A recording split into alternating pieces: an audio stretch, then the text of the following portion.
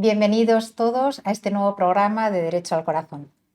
Hoy, además de retomar ese directo que se nos quedó colgado el otro día con el tema tan interesante que es la reducción de penas como consecuencia de la ley de solo si es sí, vamos a tratar otro tema de actualidad y es la decadencia en las audiencias de Telecinco y si esa decadencia puede tener consecuencia del documental de Rocío Carrasco.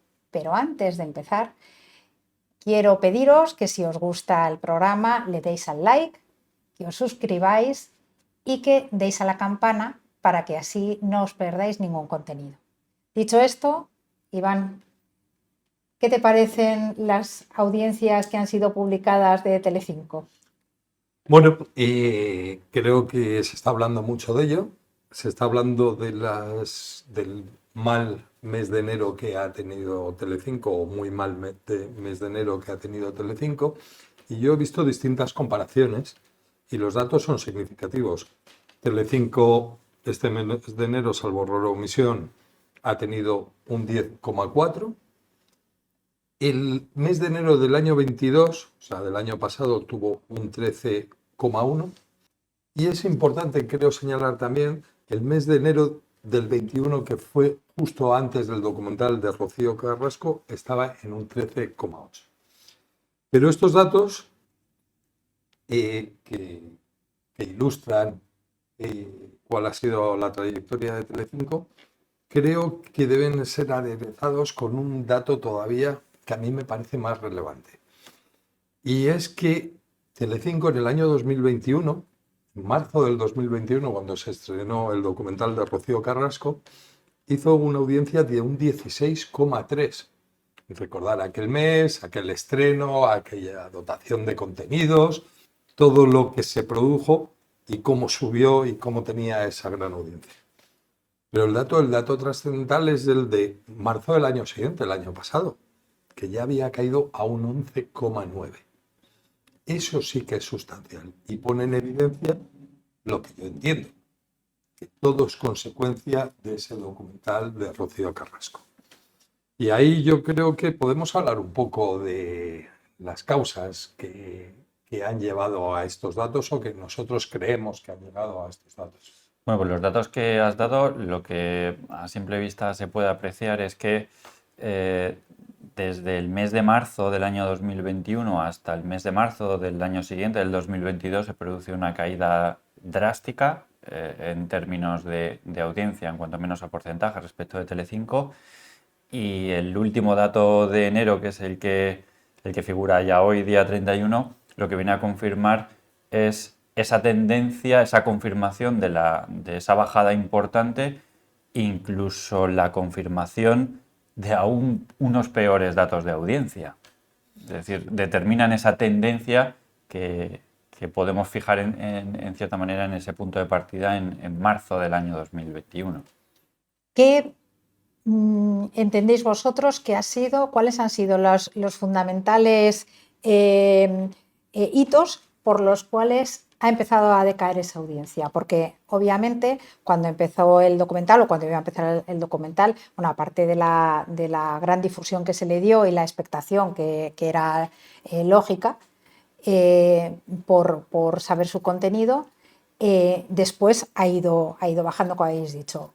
¿Qué entendéis vosotros que han sido esos hitos por los cuales esa audiencia Yo creo que aquí hay dos puntos fundamentales. Una, ¿cuál ha sido la reacción a ese documental? Que yo creo que es evidente. Se han producido dos hechos que creo que nunca se habían producido antes en televisión. El primero, un rechazo absoluto a una cadena. No solamente al contenido o a los programas, sino un rechazo general a la cadena, que luego si queréis yo os doy mi opinión, el por qué es el rechazo y el por qué sigue.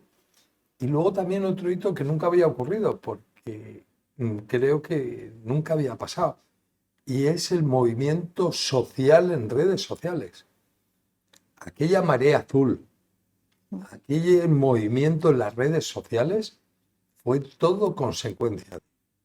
Esto serían para mí las consecuencias. Pero los motivos yo sí que los tengo clarísimos. Porque hubo estas consecuencias. Primero fue un documental absolutamente falso en el contenido. Es un documental donde, como hemos dicho miles de veces, se ocultaron documentos, se pusieron documentos sesgados, se acudió a unos personajes que es mejor ni calificarlos. Es decir, se creó un gran escenario, porque lo hicieron muy bien, sobre algo falso en el contenido y algo más importante, algo falso respecto a la certeza judicial, porque todo esto estaba juzgado y había unos jueces que ya se habían pronunciado y se intentó destruir toda la justicia, menospreciar a la justicia, reventar a la justicia con tal de hacer el negocio. Una segunda causa que creo que fue muy importante y que esto está teniendo consecuencias ahora, es que intentaron, en conocimiento de esa falsedad, tenían que dotarlo de una cobertura. Y buscaron esa cobertura de la protección a la víctima, del feminismo o falso feminismo, y lo envolvieron dentro de esa ideología que pretendieron hacer, además, como una verdad única. No se podía hacer ningún pronunciamiento en contrario, porque lo habían colocado así y no lo permitían. Recordarlo, David fue despedido, todos, era un pensamiento único. Quien no comulgaba con ese pensamiento quedaba fuera. Empezando, yo analizaría primero de los puntos que has dicho, analizaría un poco el primero que has dicho, que es no solamente la cantidad de documentación y la cantidad que se dio omitiendo documentación, omitiendo información y sesgando información, sino que además yo creo que lo que se hizo, porque fue el impacto que recibió la gente, o desde mi punto de vista, es que fue tal cantidad de información y que se iba dando tan densa y tan rápida que el telespectador al telespectador no le daba tiempo a procesarla, con lo cual iba asimilando, pero luego poco a poco vas procesando todo aquello que te han dicho. Es cuando tú vas analizando y te vas dando cuenta de que hay cosas que realmente hay esas incoherencias que dan el hecho de dar información sesgada o bien omitiendo alguna información. Es que además también hubo un papel que es importante reseñar, en las redes sociales, los youtubers. Esos youtubers que les disparan a matar. Pero bueno, hubo youtubers que hicieron un trabajo maravilloso. Sí. Youtubers, tuiteros, yo de Twitter sé poco, pero el trabajo que han hecho y que se hizo. Y la colectividad que se generó en torno a eso, que también, claro, cada uno ponía su grano en arena con tweets, con intervenciones en YouTube, o sea, también la colectividad fue lo que. Pero que eso ha sido, yo creo que también cuando la gente va analizando todo aquello que se ha dicho, y entonces es cuando empieza a darse cuenta de que por mucho que te lo intenten hacer tragar, realmente tú vas pensando y vas analizando y ves que hay cosas que son absoluta y totalmente incoherentes, o sea, incluso sin necesidad de cotejarla con la información completa. Eso en cuanto al primer punto. El segundo punto que tú has dicho, que también yo creo que es fundamental, que es el del pensamiento único. Llegó un momento que nadie podía pensar de otra manera. No se permitía que nadie pudiera pensar. Y todas aquellas mujeres que se han sentido siempre feministas y que son feministas y que siempre se han sentido orgullosas de ser feministas, han visto que no se sentían identificados con ese papel de feminismo que se estaba dando. O esa es al menos la opinión que yo tengo. Y mucha gente se fue desembarcando de ese... Bueno, hay algo importante respecto, evidentemente, esto cómo se traslada o cómo se puede percibir. Pues evidentemente en los índices de audiencias, porque finalmente la audiencia es la que toma la decisión de comprar o no un determinado producto. Y aquí hay algo sustancial dentro de los datos que ha dicho Iván. Telecinco venía siendo líder de audiencia durante años. Durante ese primer momento del documental sí que es cierto que existe una gran expectación y tiene unos índices de audiencia elevados. ¿Qué pasa? Que a partir del mes de agosto aproximadamente esos datos empiezan a bajar. En los últimos meses de ese año 2021, Telecinco deja de ser líder y a partir del año 2022, y estamos viendo esta inercia del año 2023, los datos de audiencia de Telecinco siguen bajando. Entonces, analizados desde ese punto de vista los distintos datos, pues sí que se puede determinar que tal vez el documental y sobre todo esa reacción que decía Iván de la gente, del rechazo que puede llegar a producir una cadena por no comulgar con determinadas ideas u opiniones, porque cuando una persona ve la televisión la puede ver por múltiples motivos, pero desde luego no para que te digan cómo tienes que pensar o cómo tienes que actuar, sino para entretenerte, para informarte, para tener una actitud crítica. Y sí que es cierto que dentro de esa actitud crítica que mucha gente ha tenido, ha habido un rechazo a la cadena, entre otras cosas porque ha habido muchos programas nuevos que se han estrenado en Telecinco y la audiencia ni tan siquiera ha secundado la visión de esos programas. Mirad, yo ahí, y vosotros me lo habéis oído decir muchas veces, el buen derecho, la buena norma, la buena redacción es siempre sentido común y razón lógica. Y yo quiero hacer una referencia a la Ley General de Comunicación, la Ley 13/2022. Y en los principios generales, el primer principio general de la audiovisual dice exactamente: la comunicación audiovisual será respetuosa con la dignidad humana y los valores constitucionales. ¿Qué pasa? Se ha infringido totalmente este y muchos más. Las consecuencias de ellos ya no solamente serán jurídicas y serán el traslado de las indemnizaciones a las reclamaciones que se formularán, pero es que es sentido común. Quien actúa en contra de ello recibe esa respuesta de la opinión pública.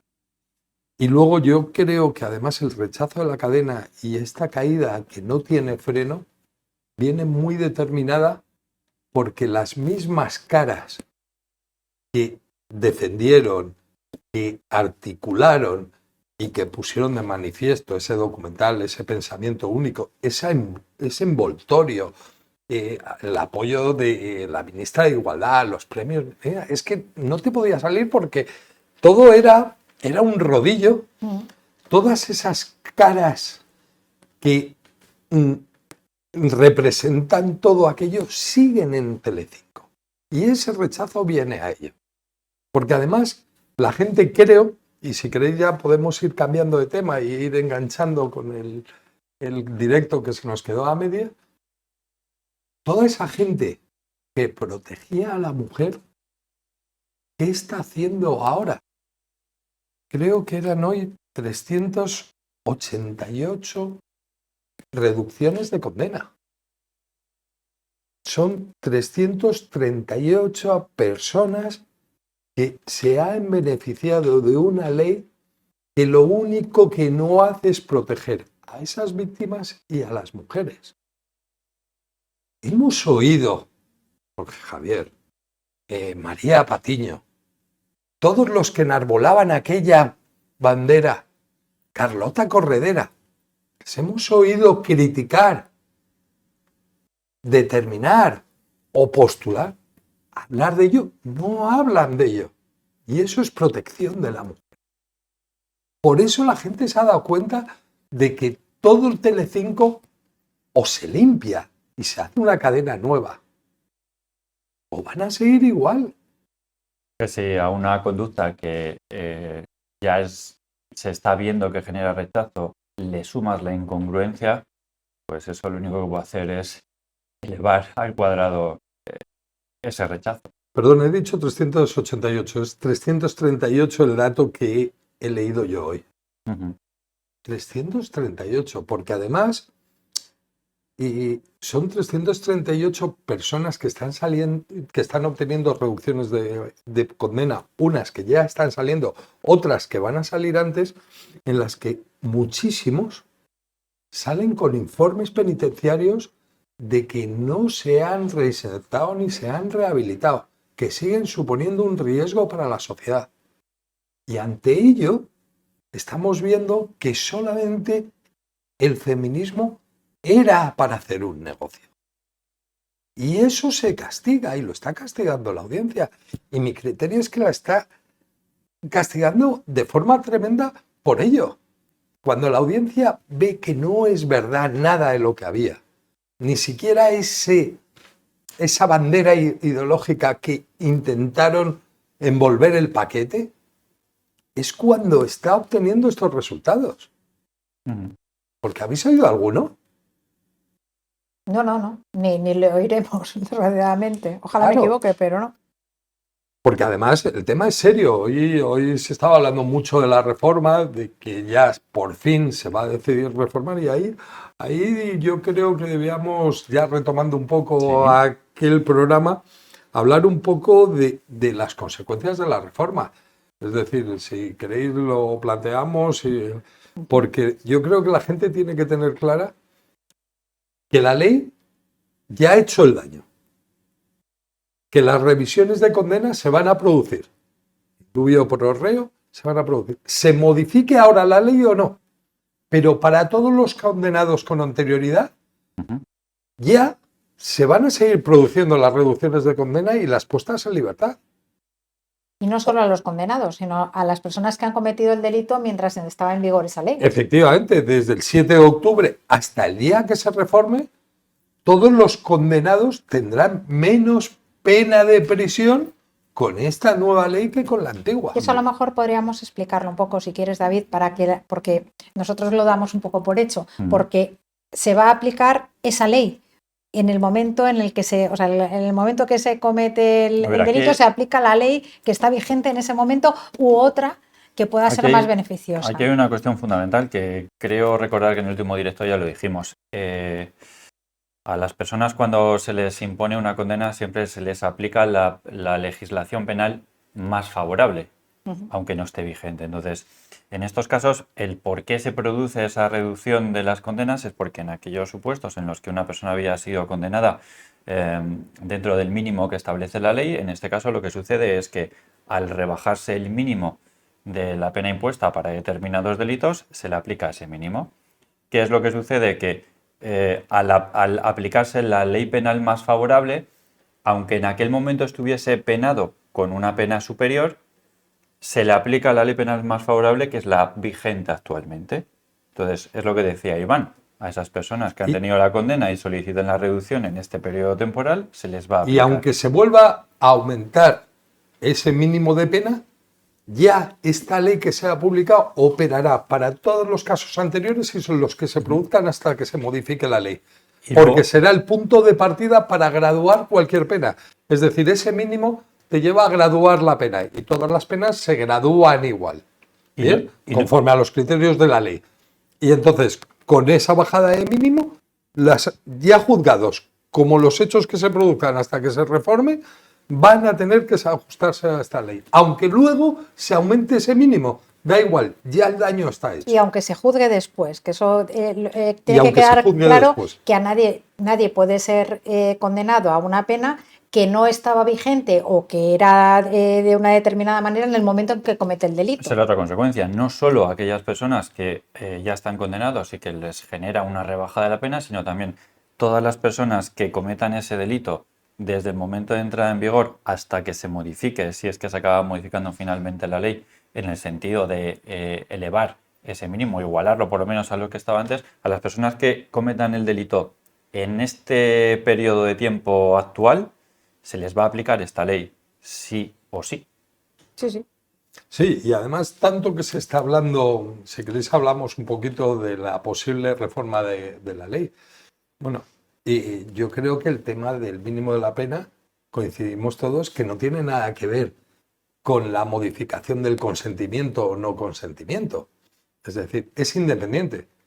Es muy fácil. Si es que la reforma de la ley, y cuanto antes mejor, es el elevar el mínimo a la pena que ya estaba castigada, mayor o menor. Y luego el consentimiento, porque esto la gente lo tiene que conocer, se ha incorporado como agresión sexual también la falta de consentimiento. Antes solamente había intimidación y violencia, también lo había antes, que tampoco es cierto Todo que no estaba lo había. penado. Pero lo que se habla de que se ha incorporado, venga, vamos a darlo por hecho. Estaba también penado, es una cuestión de prueba. Pero luego ya será lo que se tendrán que poner de acuerdo si gradúan penas, si agravan penas. Pero lo que es fundamental es que de inmediato se modifique lo que se había modificado. Que de 6 no pasa a 4, queden 6. Ujú.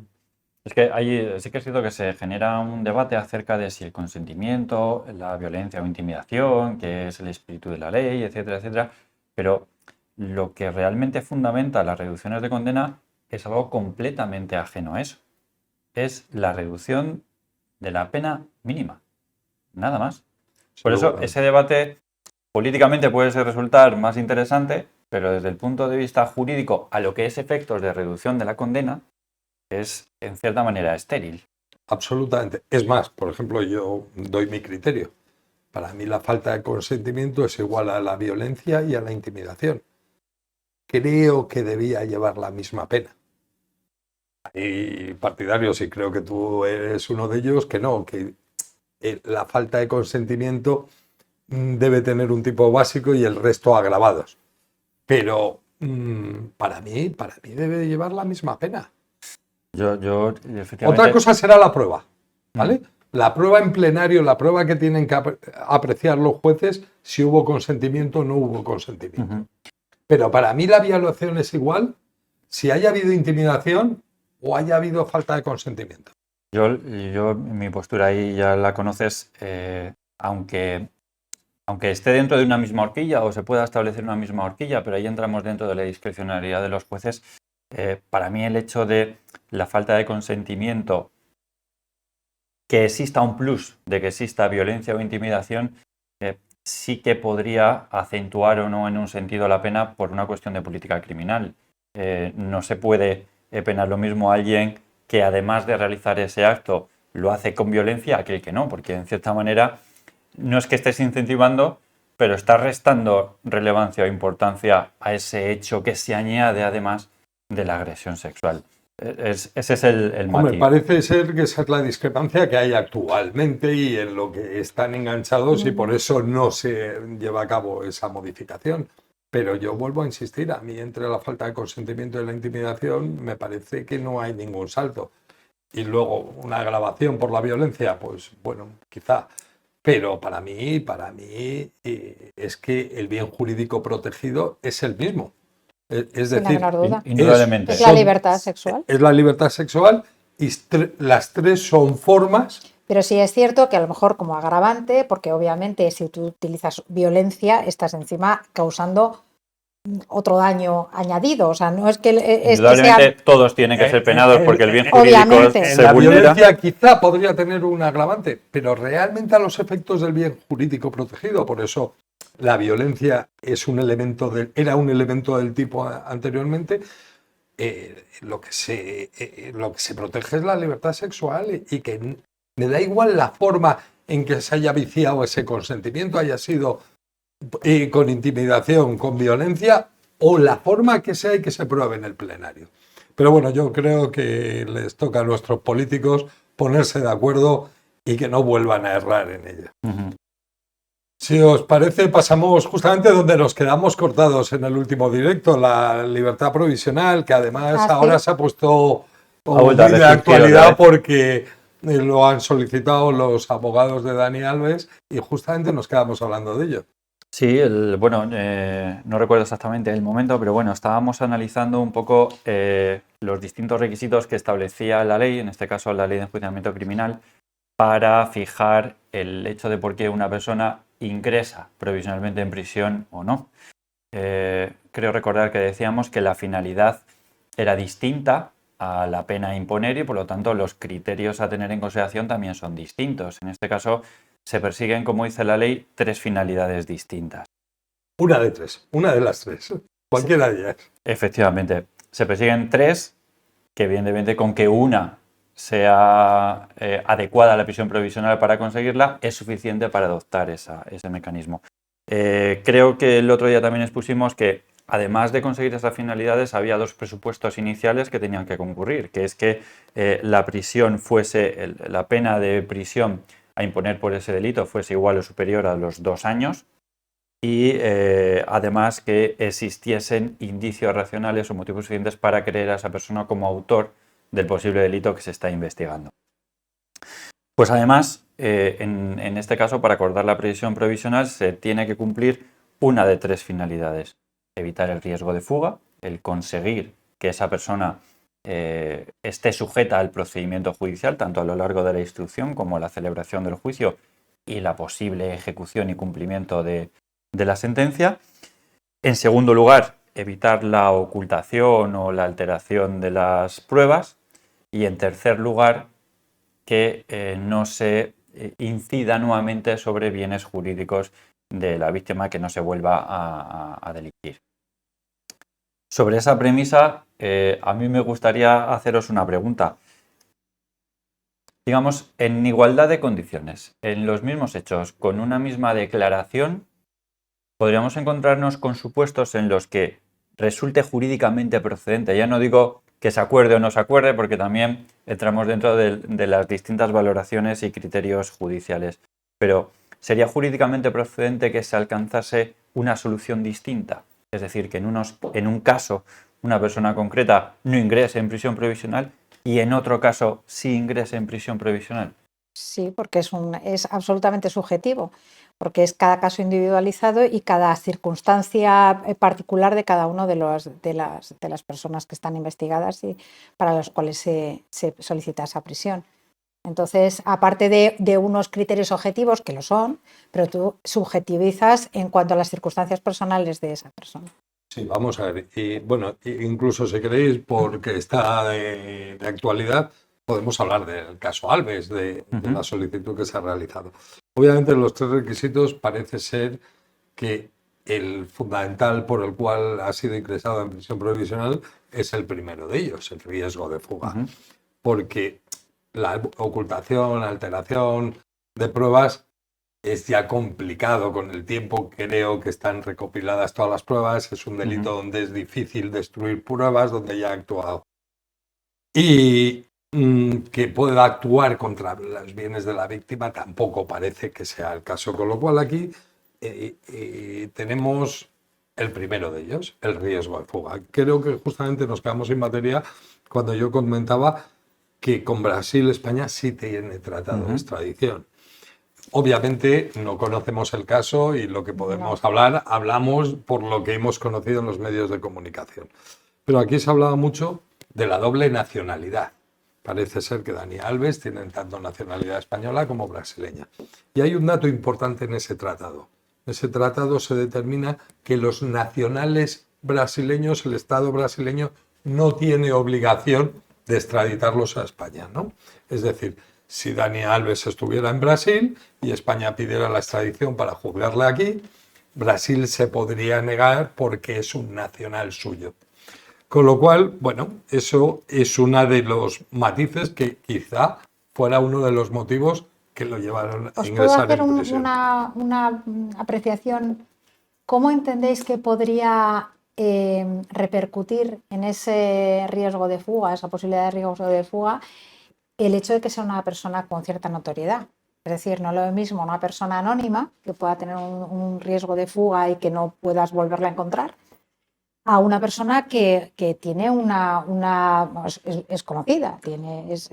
Bueno, yo creo que yo recuerdo a un magnífico compañero, Antonio González Cuellar, que siempre manifestaba que vivir prófugo de la justicia fuera de tu país era muy caro, extremadamente caro, que nadie se lo podía permitir, porque ya la colaboración jurídica entre los estados para un anónimo o para un no anónimo es muy complicado, mayor o menor tiempo, pero al final terminan cayendo. Yo creo que da igual que sea público o anónimo, porque yo creo que este riesgo de fuga que se apreció estaba directamente vinculado a esa doble nacionalidad, a ese tratado de extradición y a las posibilidades económicas de salir del país. Bien. Y quizá por eso yo lo que he leído, vuelvo a insistir, que es por la opinión pública, el recurso que han formulado sus actuales abogados, todo el recurso tiende a dotar de medidas que aseguren al juzgado la presencia al juicio. Es decir, creo que se han debido dar absolutamente todas esas medidas para garantizar que Dani Alves no se va a mover del Estado español. Es decir, la retirada del pasaporte, una pulsera, todos los medios a su alcance, incluso un dato que a mí me ha llamado la atención, que era el de una caución, no solamente una fianza, que obviamente seguro que la han ofrecido, una caución para responder de cualquier daño y perjuicio que se hubiera podido producir en el delito para el caso de condena, para que se garantizara. Y entonces, pues, al final va a quedar a una resolución judicial. Pero yo creo que es muy viable la puesta en libertad condicional de Dani Alves. O sea, si consiguen dotarle de seguridad al órgano jurisdiccional de que Dani Alves va a permanecer en España y va a quedar sometido a la justicia, creo que puede prosperar, porque al fin y al cabo, como ya dijimos en el anterior programa, la prisión provisional limita la presunción de inocencia, es decir, Totalmente. Nadie puede ser condenado antes de ser juzgado. Es que efectivamente, si se dota de los mecanismos o de las garantías para que esta persona pueda estar sujeta a la función del órgano jurisdiccional durante la instrucción, la celebración del juicio y la posible cumplimiento de condena, si se produce, evidentemente, desaparecería esa finalidad que persigue la ley, que es la de eludir la acción de la justicia. Si se dota de garantías, desaparece ese requisito y efectivamente en ese caso podría revocarse esa prisión provisional. Y a mí hay algo que aquí también, no sé si lo habrán empleado o no los abogados de Dani Alves, pero que me resulta llamativo, y es que según ha salido publicado, y no sé si me equivoco o no, al parecer Dani Alves acude voluntariamente creo que desde las Islas Canarias hasta la ciudad de Barcelona para prestar declaración. Entonces, también eso sí que en cierta manera podría ser utilizado para dar a entender que el ánimo de Dani Alves no es eludir la acción de la justicia, porque cuando acude ya había trascendido que habían acontecido esos hechos, creo recordar que fue el 30 de diciembre, había trascendido públicamente, etcétera, etcétera. Entonces, no sé si lo han utilizado, pero también podría ser un argumento válido para tratar de revocar esa decisión. Sí, hombre, y desde luego siempre los abogados acudimos cuando presentamos a alguien que está en busca de captura o a alguien que está llamado a la justicia, siempre es un indicio favorable a que se va a personar en juicio. Otra cosa es que tampoco sabemos las circunstancias concretas, porque tampoco sabemos qué es la información que la policía filtró intencionadamente respecto a la causa que se seguía.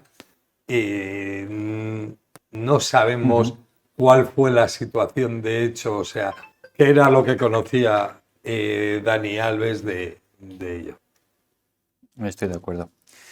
Bueno, pues yo creo que hemos concluido el directo del otro día. Mil disculpas porque evidentemente son fallos con los que todavía no contamos ni prevemos. Pero bueno, a medida de que se van produciendo, pues intentaremos irle dando solución y sobre todo tratar de evitar que se vuelvan a producir. Bueno, muchas gracias a todos por habernos acompañado en este nuevo programa y por favor, dejadnos vuestros comentarios en la caja de comentarios. Nos encanta recibirlos y nos encanta leerlos.